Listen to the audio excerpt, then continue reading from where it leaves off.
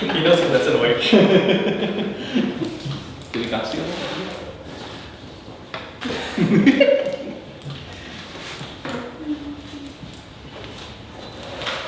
Ya. Kalau nungguin kita. Aduh, menurut gue. Pamus, I think the opening opposition comparisons is thought that government will do nothing at all. Because I think what happens on outside the house is that the issue of Ukraine and the issue of scandals and the issue of inflation is going to be delivered to the societies as another scandal of Donald Trump, as another part of our commercials anti-deframe Trump. So all of the benefit for you to deframe Trump or for you to actually ruin the image of Trump is still going to exist on outside the house. And I'm going to explain to you why that benefit could only accrue when you package it as not in the form of impeachment, but as a form of a problematic scandal that happens within governmental era and happens in Donald Trump. And I think that entirely dismisses the entire argumentation that comes from Wilson. Oh yeah, that's what I'm saying. I think that's something that we need to take a look upon. Right? Now, how are we going to deliver this criticism? Most likely one is that we're going to use our media, of course, CNN, BBC, package it as a this is not a tolerable part of governmental body. We should not vote for Trump again because this is bullshit, and this is not something that nationalists would say to the public. I think that this is the type of so in conclusion, one, the benefit of you Democrats winning the entire election that happens in opening up will still exist on outside the house, and we will still be able to be gathered on that particular platform. But the debate should focus on two things, and I think that the debate should not focus on whether Trump is going to lose or not, because if he's going to lose only on their side, then why not wait for 2020 elections? Because I think that the impeachment in the process takes a long time. Right? There are two parameters that we try to propose to you. One is that whether it's going to create a better discussion in public for Donald Trump and how we're going to smear Donald Trump's image. But two, we're also going to engage that what is a better America. And I don't think that we need to only focus on Democrats like what happens opening up, because I think that Democrats still have its own mistakes. And how are we going to repair that in the terms of Donald Trump era? Now, first, I think that the entire argumentation coming from Google is to say that impeachment becomes if you do not package it as an impeachment, it's going to be seen as a partisan issue. It's going to get more polarization that happens. It's the last minutes of Yudana's speech. There are several problems with this. One is that currently impeachment is still defended by Republicans also.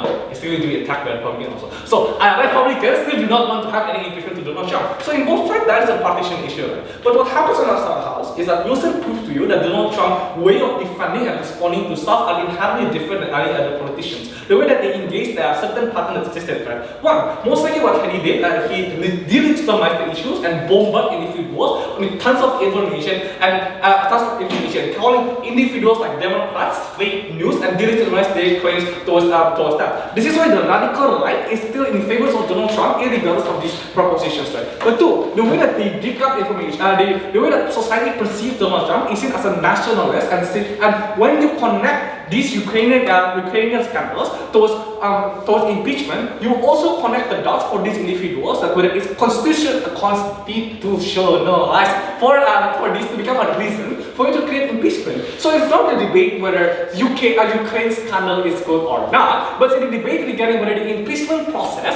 in and of itself is good or is constitutionalized by the United States Constitution. I think that's what makes it bad. It's because you dilute the issue and you overcloud the issues of having the Ukraine scandals towards the issues of you impeaching Donald Trump. And I think that's what makes it as partisan, and that's what makes it as polarized issues as possible, right? This is why we never talk about whether Ukraine is good or whether Trump is going to get better or not, but we only talk about whether impeachment can happen and impeachment should happen in the near future. This is why overcrowding happens. I think that's particularly bad, and two reasons. One, because if both sides agree that Democrats will win anyway, a year long, all criticism that happens by Democrats towards the Republican Party and to Donald Trump is not going to be seen as a legit form of criticism, but it's only an additional layer of impeachment process, and it's an additional criticism towards adding more reasons why we need to impeach Donald Trump. I think that's a much worse way in comparison to our side when we were able to depict that we're objective actors that wants to